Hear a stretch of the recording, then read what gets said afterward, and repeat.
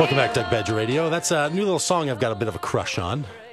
It was shown to me, I think, by the Sidekick. Yes, sir. I think you showed me that. The Civil Wars. Mm-hmm. It's a man and woman little duo that... and the thing I like about that song is they're doing it live. Yeah. You can hear it's a little tinny and stuff. I just steal it off the YouTube. Mm-hmm. And it's terrific. It's called From This Valley. Yeah, good stuff. And it's this great little call. There's a line in there that if you go and Google search it or find it on their website, she has a line where she says, "As the desert dreams of a river." Yeah. And an island yearns for an ocean. Mm. There's this sense that there's something else that you want, and I think it's a great little number. And we want to chat about that a little bit today. I am a big fan, as you are, Sidekick. Yes, sir. I don't know if you are 1%er or not, but we're big fans of a personality indicator, a little temperament category called the Enneagram. Yes. And the Enneagram gives you 9 categories of who you are, and each one of them has a core passion. Each one of these 9 types has a core passion and a core fear. And I think it's a very helpful way to understand oneself. Yes. To understand oneself. It's like a map, right? That, like I mentioned in the first hour, that when you look at a map, you have to remind yourself that when you drive from Wisconsin into Minnesota, back into the promised land, mm-hmm. You're not actually crossing any kind of a line, right? The map gives you a way to understand one state boundary from the other. So a map is like a representation of the experience that you're having. And that's what I like about these personality temperaments. It's not they're not boxing you in. Mm-hmm. They're giving you more ways to describe your relationship to the things that you do and the way that you live in the world. Yeah, and out of all the personality testing, like Myers-Briggs, DISC, or whatever, I have found that the Enneagram to be the most, shockingly accurate in describing my personality. But not only that, I like it because it gives you very constructive and helpful ways to improve and to identify, weaknesses mm-hmm. rather than just, leaving you out there. Right. It says, this is who you are, and this is how you could be a better version of you. Right. Not how you could be a better version of that other guy. Because, we're not all 1%ers. We can't do that. No. So we need to be a better version of ourselves. So both of us get this daily email mm-hmm. from them that give you these little pithy 1-sentence or 2-sentence instructions. And these folks they've been up inside my brain in the last few days. They've been right at my dark spots, right? Sometimes these little emails are like a fortune cookie that just nails you. Because my particular personality type, I'm in the number system there. I'm an 8, mm-hmm. which is this kind of person who's afraid of being controlled. Yes. Person afraid that they're going to be harmed. This person who's afraid that if things don't go the way they want them, they're going to be without the thing they need, and they're going to be under-resourced. Yes. And then they're going to be needy, and we don't like to be needy, and we don't like to be vulnerable, right? My little subset. Now, your type has another storyline that runs with it. Yes, it's I have a basic fear that I'm going to be unhappy or trapped in emotional pain. Yeah. So my basic desire is to be happy and to be fulfilled, and that leads me to chase all kinds of empty, shallow things that can lead to addiction and all kinds of other things like that. And you're a 7 in the numbering system. I'm an 8. A 9 wants to be balanced. They want to be at peace. A 1 wants to be fixed. They mm-hmm. think there's something about them that needs to be upgraded.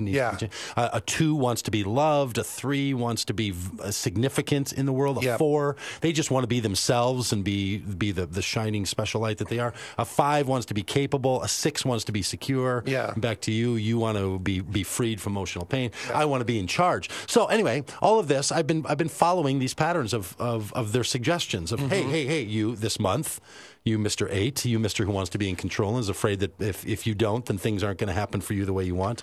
Here's a new way for you to live. So I've been getting these emails, right? And I've been trying hard to live into this. And if you go to the Enneagram Institute, that is ENNEAGRAM Institute.com, you can take the test, have your personality. It'll give you, immediately what your personality is, and all kinds of great information for free. So I've been getting these little emails from these folks, October 22nd, 21st, 20th, 16th. I just want to read a few of them for you.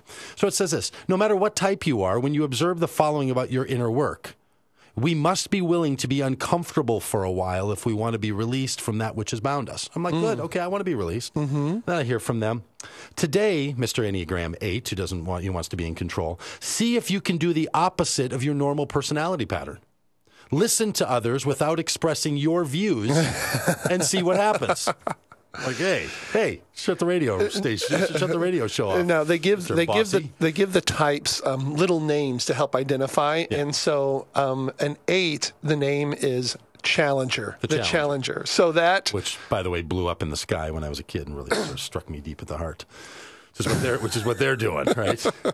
So then they say on the 20th of October, today be aware of your secondary motivations, not just your first ones, but these secondary ones, such as, for me, be aware that you have this motivation to assert yourself or to prove yourself and your abilities, to be respected, to have the resources you need to run things, to convince yourself of your importance, to dominate the environment, to get your way, to fight for your survival, to be invulnerable. Well, that's a kill shot from the Enneagram there for you, man. That's a kill.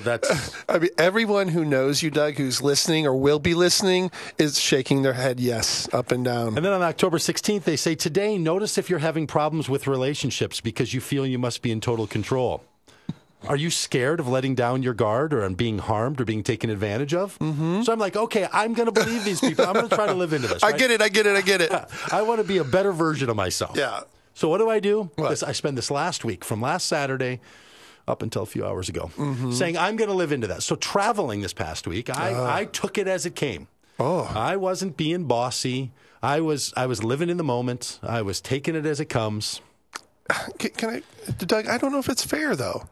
Because you're in a complete non-natural environment where... That's why I did it on the road. Well, there's not a whole lot of people for you to subject your will over. Oh, no. You can be the first one to stand up in that airplane. You can make sure that you're the one that grabs the the card up above. You can, when you're with a group of people that you don't know very well, and people are like, well, which restaurant should we go to? You can do what 8s do, which is make the world function for all the rest of us. But no, I would step back and I would say, Well, you were really zenning this out. I was trying to zen it out. What I was trying to do was in another environment where I wasn't in my normal rhythm, where people have come to depend on me and my strength and my invulnerability for their own security. There's not enough room for me.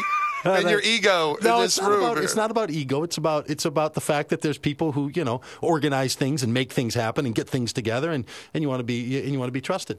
So I practiced this last week. This self-referential moment was brought to you by the Enneagram, by all the 8s of the world, and the rest of you who also don't want to be controlled. You know what I'm saying? Right. We could let other people run things. But if you want to, what it's going to be? It's going to be herpy monkeys with no socks on, wearing velour outfits, running all over town. Yes, that's what it's going to be.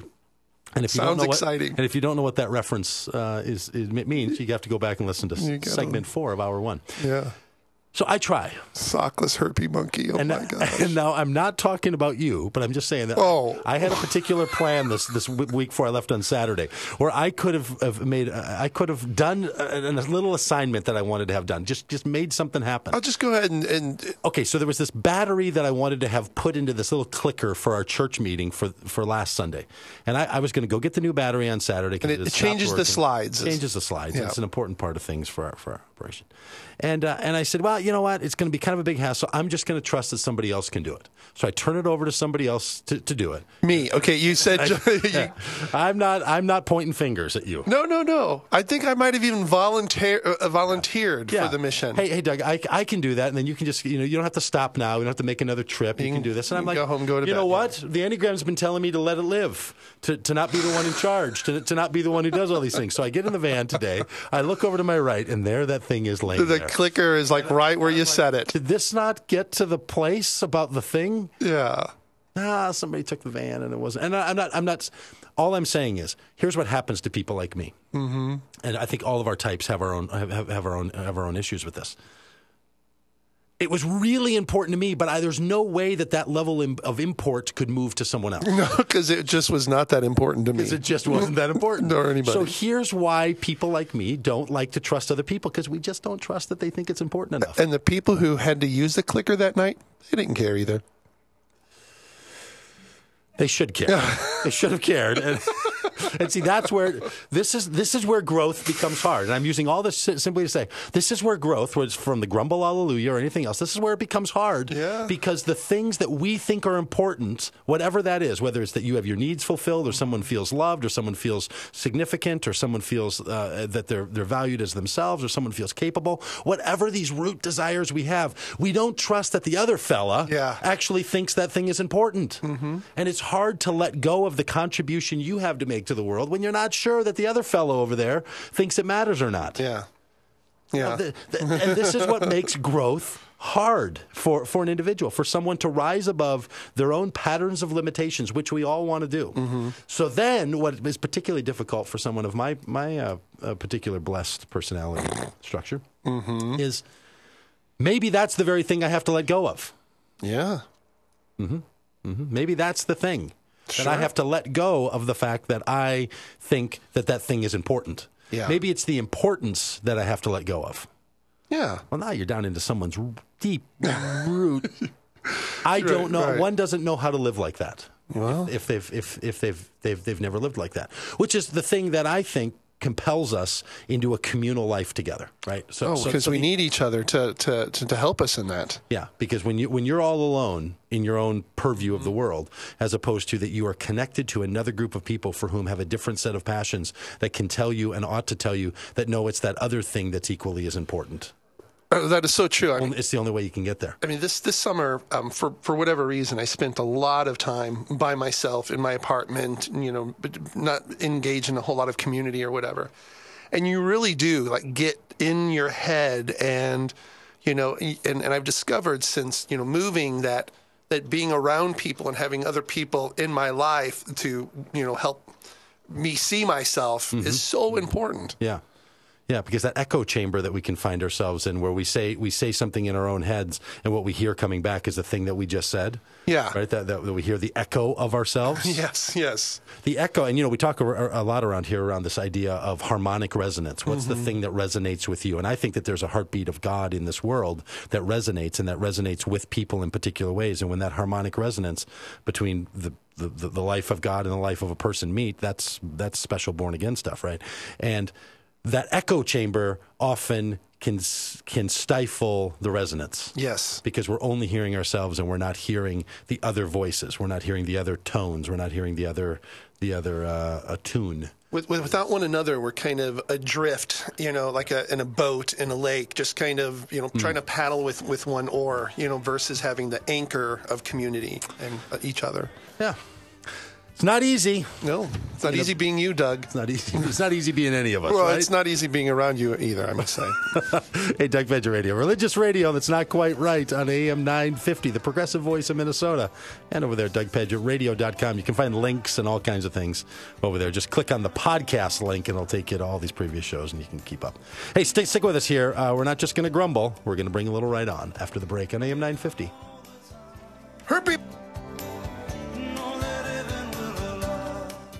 Hi, we're the Expo guys, inviting you to the Healthy Life Expo this Saturday and Sunday only.